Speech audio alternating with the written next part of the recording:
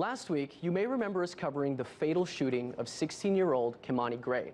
He's the young teen who was killed at the hand of two undercover police officers who say Kimani had pulled a gun on them. Of course, we know now that that story isn't so black and white. In fact, multiple eyewitnesses have come forward disputing the police narrative, many maintaining the young teen didn't even have a gun. It's a dispute in facts that's pushed a small community in Brooklyn to the edge. Hundreds of people pouring into the streets over the course of last week, all demanding an independent investigation into the shooting.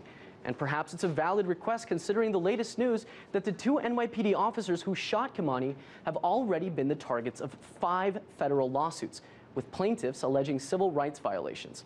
So what does this say about the latest development in the case as a whole? And could Kimani's story just one more peg in a trend of police brutality this year? To talk about all that and more, I'm joined by RT correspondent Margaret Howell. Margaret, thank you so much for coming on the show. My pleasure. So, you know, you've actually been following this story for a while. I'm wondering, with cases like these, it seems like public opinion always kind of turns toward the police. You know, they always kind of favor the police narrative on this.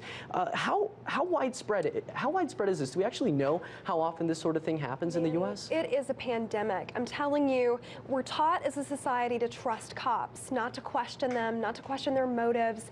And, you know, unfortunately, that's old think, and we're seeing this more often than not. You know, cops are policing themselves. So maybe it's time to get a new narrative in this country, because obviously leaving cops up to, you know, police themselves just isn't working. No, I hear you.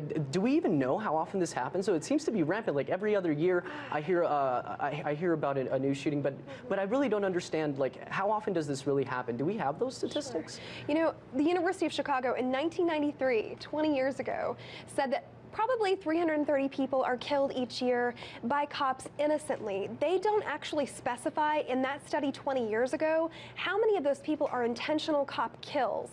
Unfortunately, there is no check in place to make sure that cops are reporting these numbers, and a lot of times we're seeing, you know, because police, you know, operations, it's internal, they're able to conceal or hide these numbers from the public, you know, and it's par for the course. It just seems shocking to me that we wouldn't have those kind of statistics. But I want to move on. I want to get back to the case of Kimani Gray. It seems like, and like I mentioned earlier, these officers that are involved in the shooting actually have 5 lawsuits, like almost a history of violence with these cops. Do you think, because I know that maybe the protests have died down in recent days, but do you think this is going to add a new kind of fuel to the fire, knowing that these cops have kind of a history of violence behind them? You know, Manny, absolutely. And one thing I want to know, why were these guys walking the streets? You know, their departments knew that they had 5 disciplinary type court actions against them between the two of them. They shoot this kid 7 times. One of them hits him in the head.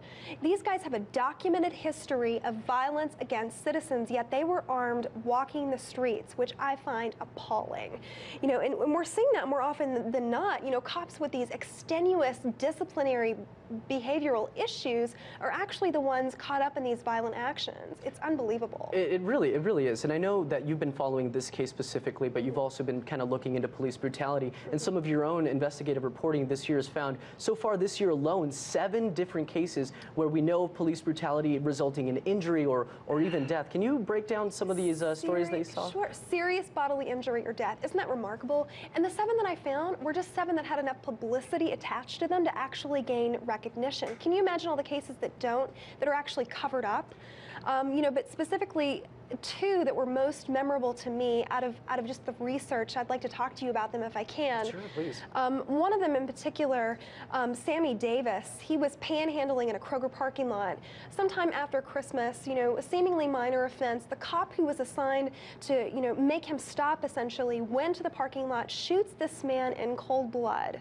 This police officer had a history of documented violence against citizens. He should not have had a gun. He should not have been on patrol that night. You know, all a perfect storm we're seeing. It just seems, it's so shocking to me that not only are we not getting these statistics on how often this happens, but these stories, I just feel like there's not that same amount of outcry. And we saw a lot of public support come out for Kimani's family after the shooting in Brooklyn. Did these other stories that you looked into, did they get that similar sort of public outcry? Absolutely not. You know, if we weren't talking about them now, I don't even think that they would have hit national news. Specifically with Sammy Davis, you know, Macon, Georgia, local media, of course, were covering it, the outcry of his family, and people who just, you know, it's so shocking. People who wanted to actually comment on this story were able to. Twitter has been ablaze, so has Facebook, forums online certainly, but national media, no. Why is that? Why is it so hard for the mainstream to pick up on these kind of stories? I think it goes back to that systematic issue of cops have the legal right to kill. And we saw that, you know, in a specific case, Brandon Bradshaw, who's from my hometown, a small town in Kentucky. This man was actually shot, you know, by an off-duty sheriff's deputy. He was a bailiff, but just unbelievable. The bailiff's claiming self-defense. You know, clearly this beloved man, Iraq War veteran, 3 small children, you know, no history of violence whatsoever. The man is actually sitting in his car. The bailiff shoots him in the head, shoots him in the torso, and the bailiff is claiming self-defense. And something else, Manny, that is astounding to me, this man... And I hate